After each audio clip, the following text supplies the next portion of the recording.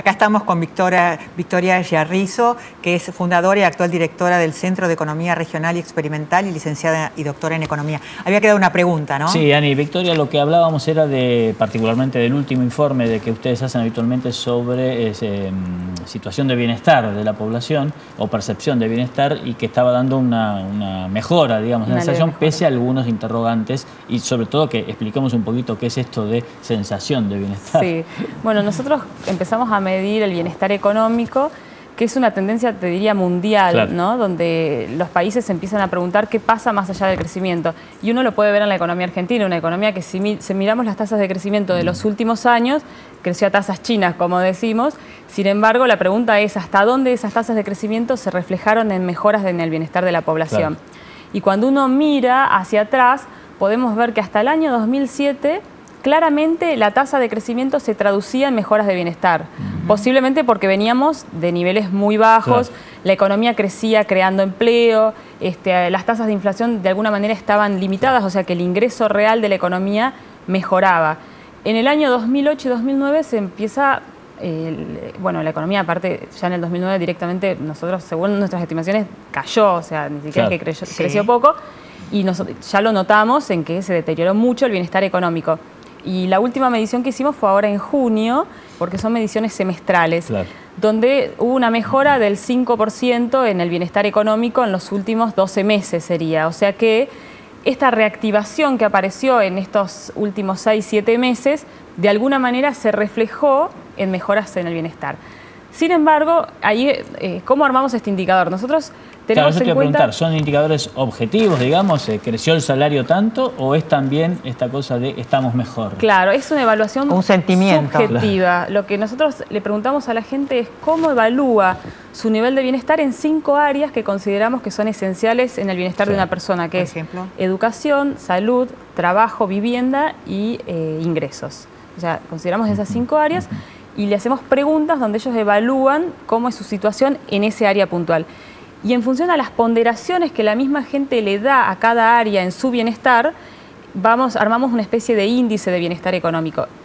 Los ponderadores, es interesante la metodología de armado de este índice porque son variables, de manera tal que si el día de mañana la Argentina está bárbaro en términos de empleo y para la gente el tema ingresos o el tema vivienda comienza a ser más relevante en su bienestar, eso lo contemplamos, claro, en el índice.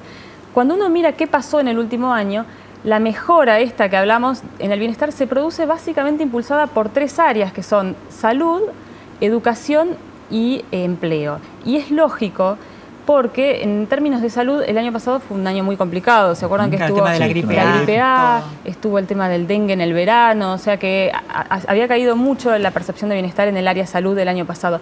Sobre todo la gente de estratos medios y altos que pagaba gasta mucho en una prepaga y cuando iba a hacerse atender por el tema de la gripe A estaban colapsados, claro, todas las clínicas. Claro. En el tema de educación hubo muchos conflictos del año pasado, que este año no hubo tantos. Y en el tema empleo, el año pasado la economía destruyó empleos, claro, y no solo destruyó, sino que había mucho temor a perder el, claro, empleo. O sea, la gente, ¿se acuerdan que retrajo en la primera parte del año su consumo por, claro, este miedo a quedarse sin empleo? Ahora, el otro tema es, hay una sensación, hay una realidad en relación al ingreso, a la pobreza, y hay una sensación, un sentimiento además de pobreza, hay gente que se siente empobrecida, más allá de que los números exactos no le den, bueno, o al revés. Ahí te termino lo del índice porque justamente en el ítem ingresos es donde cayó en el último año la percepción de bienestar, y cayó mucho. ¿Por qué? Porque la gente se siente que su ingreso real de alguna manera no creció o al revés, se deterioró en función de los niveles, claro, de inflación. Claro. Y ahí aparece, sí, lo que nosotros llamamos percepciones de pobreza. Hoy, aproximadamente, casi te diría el 70% de la población argentina o es pobre o se siente de alguna manera pobre. Y estos son... Pobre puede querer decir, no tengo todo lo que quisiera, claro, o que necesito. Esto de pobreza. Pero ¿qué salario es, digamos? ¿Con qué salario, de qué salario estamos hablando, ¿no? ¿De qué margen de salario estamos hablando? Bueno, las percepciones de pobreza las encontrás tanto en los niveles, sobre todo se concentran en los niveles de ingresos medios. Porque acá aparece esta cuestión del ingreso relativo en la sociedad, donde el estrato, claro, medio, de pronto, a través de la televisión, a través de las ofertas, a través de todo lo que ofrece el mercado, lo bombardean con necesidades, claro, le generan necesidades para acceder a niveles de consumo que no puede concretar con sus niveles de ingresos. o que los concreta, porque hoy el consumo en la Argentina está creciendo terriblemente. La cuota del televisor, claro, a 50 pesos. Pero no es sustentable en términos de bienestar un consumo financiado al 60% anual. O sea, o en 50 cuotas donde llenaste tu tarjeta de crédito de consumos y empezás a pagar los punitorios mes a mes. Claro. Entonces, esa gente, en términos de pobreza, se siente pobre, siente que su estándar de vida no es el deseado. Después aparece un caso curioso que es en los estratos bajos, porque en los estratos bajos nos solemos encontrar con un porcentaje de gente que es importante, que a pesar de no tener nada y de tener montones de necesidades no cubiertas, no se sienten pobres. O sea, ¿es gente que tiene empleo? ¿Cómo? Es gente que tiene empleo.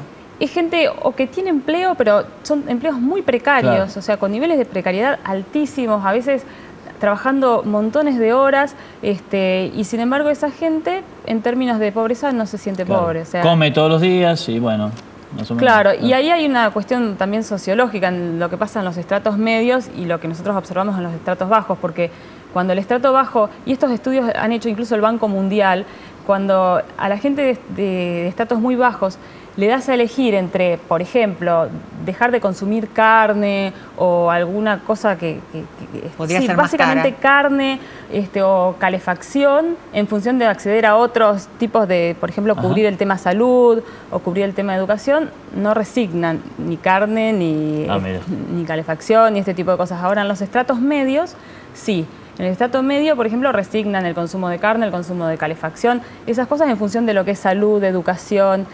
Y por ahí aparece este tema de percepción de pobreza, de pronto no poder enviar a sus hijos al colegio que quisiera, no poder tener la salud que quisiera. Ahora aparece el tema, bueno, hay una tendencia moderna de la sociedad moderna que es ahorrar menos y consumir más. Consumir hoy porque mañana no sé, claro. Claro, y ahí aparece, por ejemplo, esto de alguna manera, te diría, morigera un poco o trata de compensar un poco porque la gente consume y el consumo inmediato genera cierta satisfacción, pero al mismo tiempo el no poder, por ejemplo, irse de vacaciones es un factor de frustración en los estratos medios, ¿no? Victoria, te agradecemos muchísimo haber dado mandamiento. Bueno, lo que más me gustó de todo, aparte de esa sensación, es el tema de los evasores, de los que no perciben que están cometiendo un delito, ¿no? Que no es una transgresión. Un típico argentino, digamos.